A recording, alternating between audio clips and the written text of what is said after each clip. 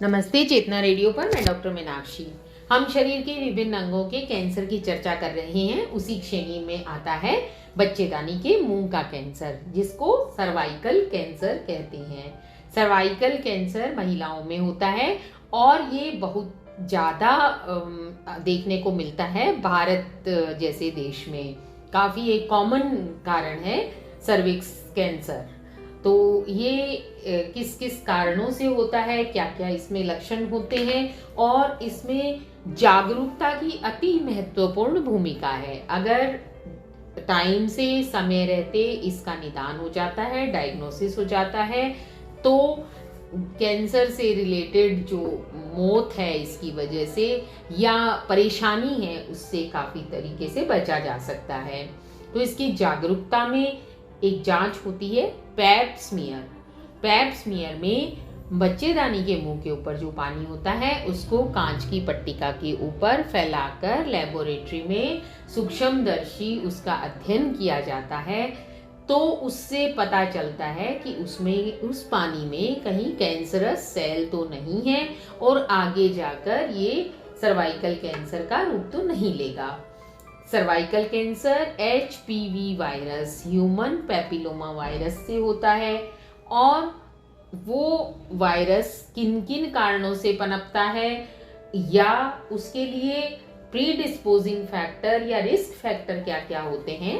अगर multiple sexual partner हैं, infection है, सेक्सुअली ट्रांसमिटेड डिजीज हैं जो अनसेफ सेक्स प्रैक्टिस की वजह से होती हैं, या फिर अर्ली सेक्सुअल एक्टिविटी है, या फिर आपका इम्यून सिस्टम जो रोग प्रतिरोधक क्षमता है वो कमजोर है, धूम्रपान भी इसमें एक कारण है।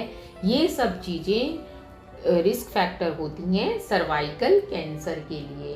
ह्यूमन पैपिलोमा वायरस एक DNA वायरस होता है जो अनसेफ सेक्स प्रैक्टिस से एक व्यक्ति से दूसरे व्यक्ति में फैलता है। इसके लक्षण क्या क्या होते हैं। श्वेत प्रदर्श जिसे वाइट डिस्चार्ज कहते हैं उसकी शिकायत होती है। असमय ब्लीडिंग होती है, ब्रेक थ्रू ब्लीडिंग जिसको बोलते हैं। माहवारी के बीच में बार बार ब्लीडिंग होना या सेक्सुअल एक्टिविटी के दौरान ब्लीड करना, टच करने पर ब्लीडिंग ऑन टच भी इसका एक वो होता है।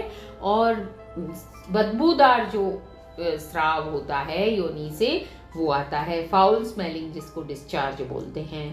इसका निदान पैप्स टेस्ट द्वारा होता है। जैसे मैंने आपको बताया कि साइटोकेमिकल स्टडी होती है उस जो स्राव होता है उसकी। ये आउटडोर प्रोसीजर होता है, इसमें किसी तरह का दर्द नहीं होता, बहुत ज़्यादा महंगा नहीं होता। इसलिए पैप स्मीयर जो सेक्सुअली एक्टिव फीमेल्स होती हैं 20-21 साल से लेकर के और 45 साल, उनको समय समय पर करवाते रहना चाहिए। साल में कम से कम एक बार अवश्य करवाना चाहिए। विदेशों में तो ये रूल है कि साल में एक बार महिलाएं पैप स्मीयर टेस्ट जरूर करवाती हैं। ये एक प्रकार का स्क्रीनिंग टेस्ट होता है जिससे समय रहते ये पता चल जाता है कि सर्वाइकल कैंसर होने की संभावना है, तो उसका सर्जरी द्वारा उपचार समय रहते करा लिया जाता है। और इसको रोका जाए उसके लिए क्या उपाय होते हैं। इसके लिए वैक्सीन लगती है, तो आपको अपने डॉक्टर से पूछना चाहिए कि सर्वाइकल कैंसर की वैक्सीन लगवानी है। उसकी दोनों डोज आपको अवश्य लगवानी चाहिए। और बूस्टर डोज भी होती है उसमें, तो आप अपने डॉक्टर से पूछकर, अगर आप चाइल्ड बियरिंग एज ग्रुप में हैं तो सर्वाइकल कैंसर की वैक्सीन HPV वैक्सीन कहते हैं उसे लगवानी चाहिए। सेफ सेक्स प्रैक्टिस करनी चाहिए। इन्फेक्शन के लिए साफ सफाई इसका ध्यान रखना चाहिए ताकि STD सेक्सुअल ट्रांसमिटेड डिजीज नहीं होनी चाहिए।